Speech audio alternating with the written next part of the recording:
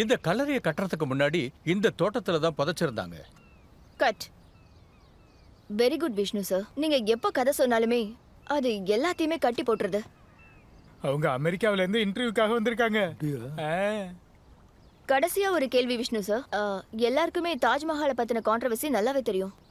நான் உங்ககிட்ட என்ன கேட்கணும்னு நினைச்சேன்னா, உண்மையிலேயே ஷாஜஹான் தான் இந்த தாஜ்மஹாலை கட்டினாரா என்ன? சில வரலாற்று ஆசிரியர்கள் ஷாஜஹான் கட்டலன்னு சொல்றாங்களே சார். அதெல்லாமே வதந்தியும் பொய்களும் தான். விஷ்ணு சார், ஆ, இந்த போட்டோவை கொஞ்சம் பாருங்களேன். இவர் ஒரு கைடு, ஆக்ரால. பேரு மகேந்திர தாஸ்.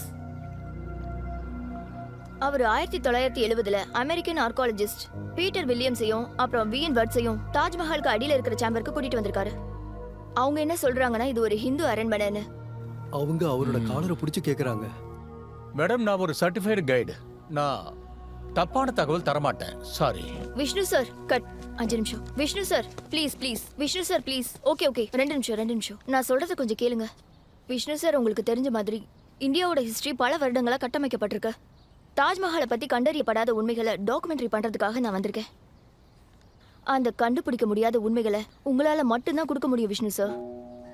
காரணம், இங்க இருக்கிற மோஸ்ட் சீனியர் நீங்க, அதோட நல்ல கைடும் கூட. ப்ளீஸ், உங்களோட உதவி எங்களுக்கு தேவைப்படுது. நீங்க தேடுற உண்மையை நிறைய பேரு வெளிப்படுத்த முயற்சி பண்ணிருக்காங்க.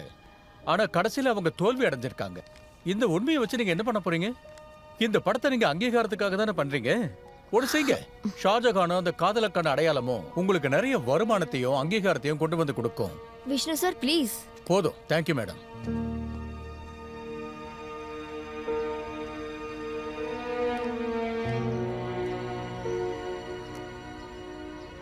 மனோஜ், வரோம் சார்.